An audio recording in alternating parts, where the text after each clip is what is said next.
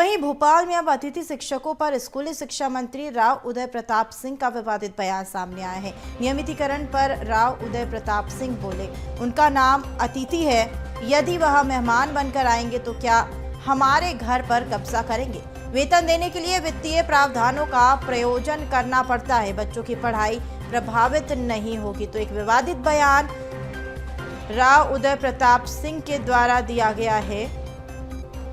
अतिथि शिक्षकों पर स्कूली शिक्षा मंत्री राव उदय प्रताप सिंह ने विवादित बयान दिया।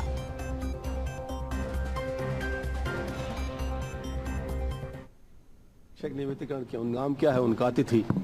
आप हमारे यहाँ मेहमान बन के आओगे तो घर पे कब्जा करोगे क्या? सर उन्होंने कहा मेरा आपसे आग्रह ये है कि माननीय जो हमारे अतिथि शिक्षक हैं उनको शिक्षण व्यवस्था में जहाँ पर गैप है, जहाँ शिक्षक कम है, वहाँ उनको लगाया जाता है। अभी पिछले दिनों वो आए थे, हम लोगों उनके साथ बैठक की थी और उनके जो 2-3 विषय हैं महत्वपूर्ण विषय, उनको हम लोग उन पर काम कर रहे हैं, कार्रवाई कर रहे हैं। और हमारी कोशिश होगी कोई अतिथि शिक्षक लगता है तो उससे पूरा एकेडमिक सेशन उससे काम कराया जाए कि वो भी हमारा एक बेरोजगार नौजवान है और उसके हितों की रक्षा सर्वोच्च प्राथमिकता हमारी है, क्योंकि हमारे स्कूलों के संचालन में अतिथि शिक्षक की महत्वपूर्ण भूमिका है। और जब विभाग ये मानता है कि अतिथि शिक्षक हमारे लिए महत्वपूर्ण है, इसलिए उसको भी चिंता नहीं करना चाहिए। जहां तक उनके असंतोष की बात है, आप कल्पना करिए कि वो कहते हैं पिछले साल 68,000 अतिथि शिक्षक थे, इस बार हमारे कम बचे हैं। तो हमारा जो शिक्षक जहाँ बच्चे नहीं है वहां पर पदस्थ था, उसको हमने निकाल के जो खाली जगह है अतिशेष में वहां ले जाने का काम किया।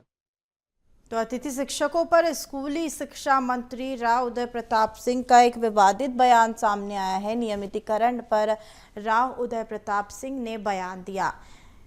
अतिथि शिक्षकों पर स्कूली शिक्षा मंत्री राव उदय प्रताप सिंह का विवादित बयान है।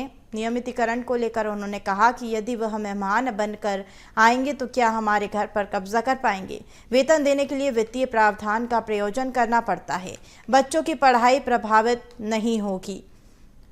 तो एक बड़ा विवादित बयान जो कि स्कूली शिक्षा मंत्री राव उदय प्रताप सिंह द्वारा दिया गया है। विवादित बयान में नियमितीकरण को लेकर उन्होंने कहा है।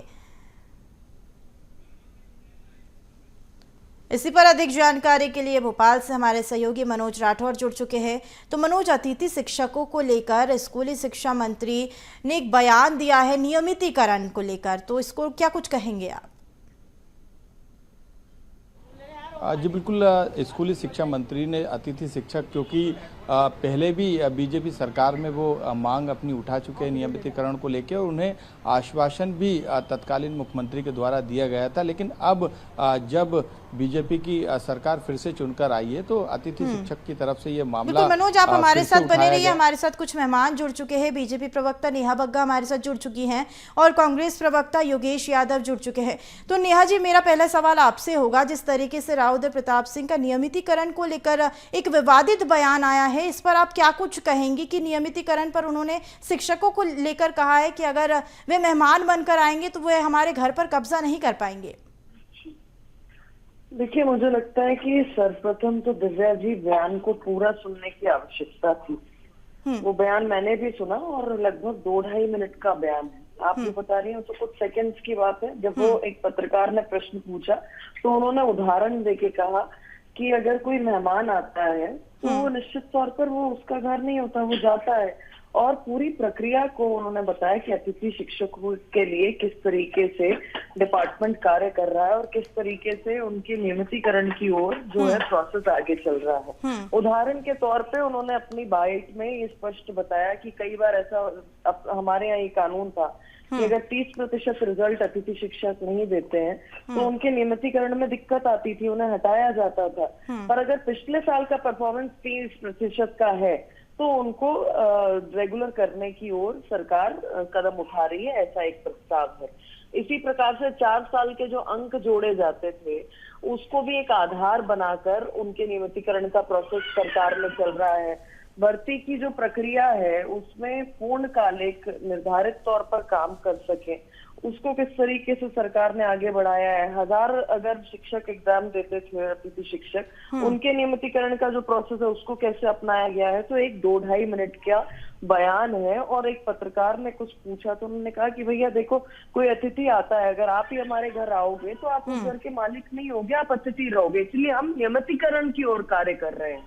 ये पूरा स्टेटमेंट था। मुझे लगता है कि हम लोग सभी जिम्मेदार लोग हैं, और उसको उस दृष्टि से ही पूरे परिप्रेक्ष्य को हमें प्रस्तुत करना चाहिए। बिल्कुल नेहा जी, आप बने रहिए हमारे साथ। योगेश भी जुड़े हुए हैं। योगेश जी, जिस तरीके से नियमितीकरण को लेकर स्कूली शिक्षा मंत्री ने बयान दिया है, किस तरीके से आप देखते हैं इस बयान को? देखिए, ये मंत्री जी का अहंकार है, और अहंकार और दंभ व्यक्ति के अंदर जब आता है कि जब उसको लगता है कि मैं ही सर्वोपरि हूँ। लेकिन माननीय शिक्षा मंत्री जी को ये महसूस करना चाहिए कि यदि उन्होंने कहीं शिक्षा प्राप्त की है तो वो भी एक शिक्षक के द्वारा ही शिक्षा प्राप्त हुई है। माता पिता तुल्य, या तो मैं मानता हूँ कि माता पिता से भी बढ़कर यदि कोई होता है तो गुरु होता है, और शिक्षक होता है, और उनको भी किसी शिक्षक ने ही शिक्षा दी होगी। और एक अहंकार में ये कहना कि शिक्षक हमारे मेहमान है, शिक्षक मध्य प्रदेश का मेहमान नहीं है, शिक्षक इस मध्य प्रदेश की आत्मा है, ये मध्य प्रदेश का संस्कार है। शिक्षक ही आने वाले पीढ़ियों को तैयार करने वाले, कल की संभावनाओं को प्रकट करने वाला शिक्षक होता है, कल के व्यक्तित्व का निर्माण करने वाला शिक्षक होता है। मुझे ये लगता है कि माननीय मंत्री जी इस बात को भूल गए हैं कि मध्य प्रदेश शासन में जिस तरीके से शिक्षकों का शोषण होता है, उनसे कभी चुनाव का कार्य तो कभी जनगणना का कार्य, उनको मैं बेचारा तो नहीं कहूंगा क्योंकि अब शिक्षक का भी अपना एक स्वाभिमान होता है, लेकिन जिस तरीके से उनको अपमानित किया जाता, प्रताड़ित किया जाता, और ये तो बहुत ही शर्मनाक बयान है। मैं तो कहता हूं कि डॉक्टर मोहन यादव को इस्तीफा मांगना ले लेना चाहिए इनसे। और मैं तो ये अपेक्षा कर रहा था कि ये नेहा बग्गा जो हमारी विद्वान बहन है छोटी, ये क्षमा मांगेगी कि हम शिक्षकों से। बिल्कुल योगेश जी मैं रोकना चाहूंगी। जी नेहा जी, देखिए, अतिथि का मतलब क्या है? अगर इतनी आपत्ति थी अतिथि शब्द से, और उसको अगर विस्तारित करके समझाया गया है कि हम पूर्णकालिक की ओर कैसे बढ़ रहे हैं, अतिथि मेहमान होता है, कुछ समय के लिए होता है, पूर्णकालिक की क्या प्रक्रिया अगर ये बताई गई है, तो कांग्रेस के पेट में दर्द हो रहा है। इनके 15 महीने के कार्यकाल में पहली बार मध्य प्रदेश में देखा कि शिक्षकों ने जाकर सर मुंडवा लिए। कांग्रेस का एक विधायक, एक नेता, एक पदाधिकारी वहां नहीं पहुंचा था। तो किसी भी चीज को तोड़ मरोड़ के प्रस्तुत करना ये कांग्रेस की आदत है। 2-2.5 के मिनट में, जिसमें पूर्णकालिक शिक्षकों को करने की जो व्यवस्था है, जिस पर सरकार काम कर रही है, उस पर कांग्रेस कुछ नहीं बोलना चाहती।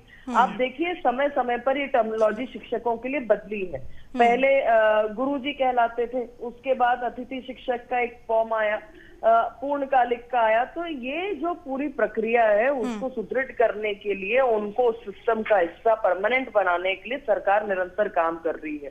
कांग्रेस कम से कम अतिथि शब्द को लेके, उसके विस्तार को लेकर, जो पूर्णकालिक करने की जो प्रक्रिया है, उस पर जो सरकार कम काम कर रही है उसको हल्के में ना ले। क्योंकि पहली बार मैं फिर से कहूंगी कि मध्य प्रदेश ने देखा कि शिक्षकों ने अपना सिर मुंडवाया है कांग्रेस के शासन। बिल्कुल योगेश जी, योगेश जी जिस तरीके से, नेहा जी मैं आपको रोकना चाहूंगी। योगेश जी, जिस तरीके से नेहा कह रही हैं कि 15 महीने के जो कार्यकाल के दौरान शिक्षकों के साथ जो भी अत्याचार हुए या उन लोगों को सिर मुंडवाना पड़ा है, तो इस पर आप क्या कुछ जवाब देना चाहेंगे? आखिरी सवाल है मेरा। पहली बात तो मैं 15 महीने की अल्प सरकार जो हमारी थी, जिसको भारतीय जनता पार्टी ने खरीद लिया, विधायकों को खरीद फरोख्त करके सरकार गिरा दी, उस समय कमलनाथ जी का ये कमिटमेंट था कि शिक्षकों का हम मार्च से लागू कर रहे हैं। 22 जनवरी के बाद इन लोगों ने 21 मार्च के पहले हमारी सरकार को गिरा दिया। दूसरी बात, शिवराज सिंह सरकार में ये कमिटमेंट इनका 15 साल से अतिथि शिक्षकों के संदर्भ में चला जा रहा है। और महिला शिक्षिका जो हमारी बहनें हैं, शिक्षिकाओं पर इन्होंने लाठी चलवाई है, उनको मारपीट किया है।